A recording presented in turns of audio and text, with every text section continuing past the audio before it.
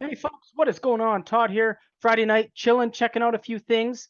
Got my new hat in. The new Miyagi merch is in on the website. Check it out. Pretty good quality, actually. It's a Yupong snapback hat. Love it so far. Looking really good. Anyways, all embroidered and everything. The point of this video, as I will just share my screen right now, is going to be on a few new setting things that I've found after digging in with it. So first of all, let's just start with the 10 and 1, right? Obviously, you guys know about the 10 and 1, right? So back when Wick Hunter first launched, I made a trading view indicator that fired once per bar. Um, so that's really kind of the evolution of where this is all started, right?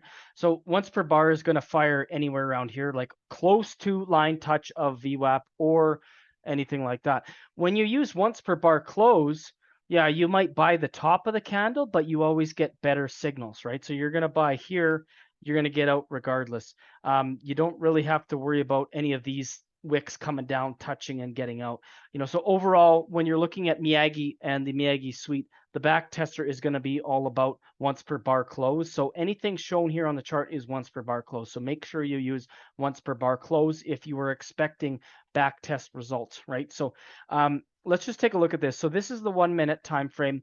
Honestly, I love the 1 minute time frame. If you look at the VWAP, I used to just trade 1 minute time frame, 5 period, and then adjust the VWAPs daily, but holy smokes, man, that's way too much.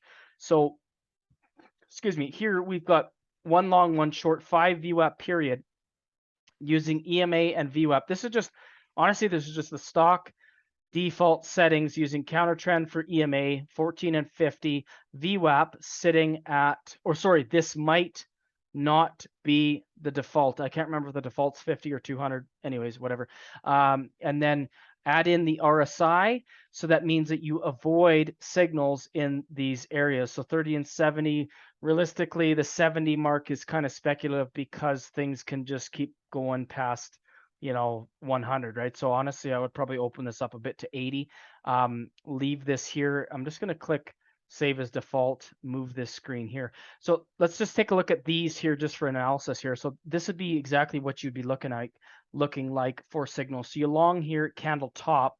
So yeah, you don't exactly catch that, but you also avoid this bloodbath too, right? So really you got to think, what do you want to see out of this? So for me and my accounts, I just want to see nice, good signals, clean signals. I'd rather take less signals, less risk, and just do overall higher returns over a longer period of time than this garbage. If you're longing in here, you got to rely on DCA to get out. Same with this, you might get out, you might not. Yeah, that's for the birds. You know what I mean? So really, like VWAP here with RSI and whatnot, not a lot of signals.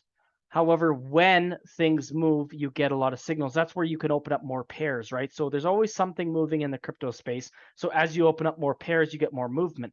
So to me, this looks pretty good. So candle close here. Candle closes here, you short. Obviously, it would run up on you, you get out. And then you short again, it runs up, you get out. Candle close again, and then you're out. So that's really how you want to back test and you want to look at things. You want to look at candle close when you're using the alerts.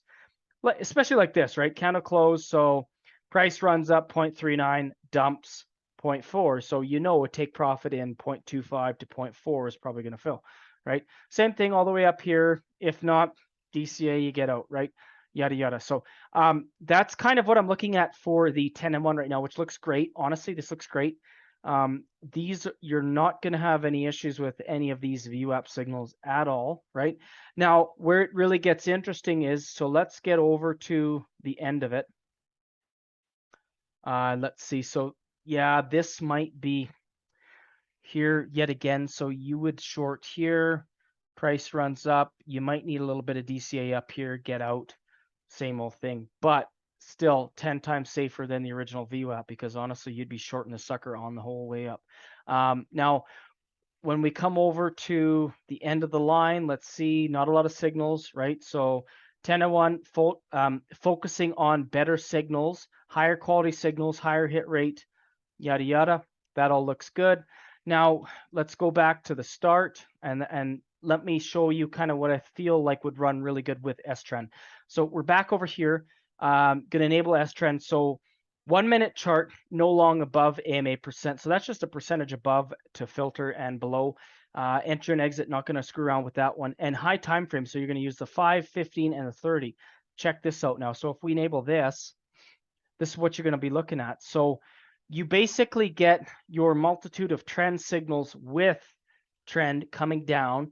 Catch the reversal here, long up, short all the way down, universally short, right? This guy's beauty. You catch this guy here, get out over here, short the top of this pump, and then now you're looking for longs on the way up, right? And that's the beauty. This is always going to be with trend because you got the 5, 15, and the 30 all in alignment, which means that you can only send signals when all three high time frames agree, right? So that's the 1 plus the 5 plus the 15 plus the 30. So you're actually looking at 4 different time frames, right? 1 plus the 5 plus the 15 plus the 30. Anyways, I hope that's clear. Now, when you're looking at this, this is just beautiful, honestly. So unfortunately, this guy longs right here, and so you will have to DCA on the way out. So this VWAP signal is not the greatest, but whatever, what do you do, right? The overall uptrend is still up. Everything will get out, but once you lose some conditions, just get out. This is beauty right here.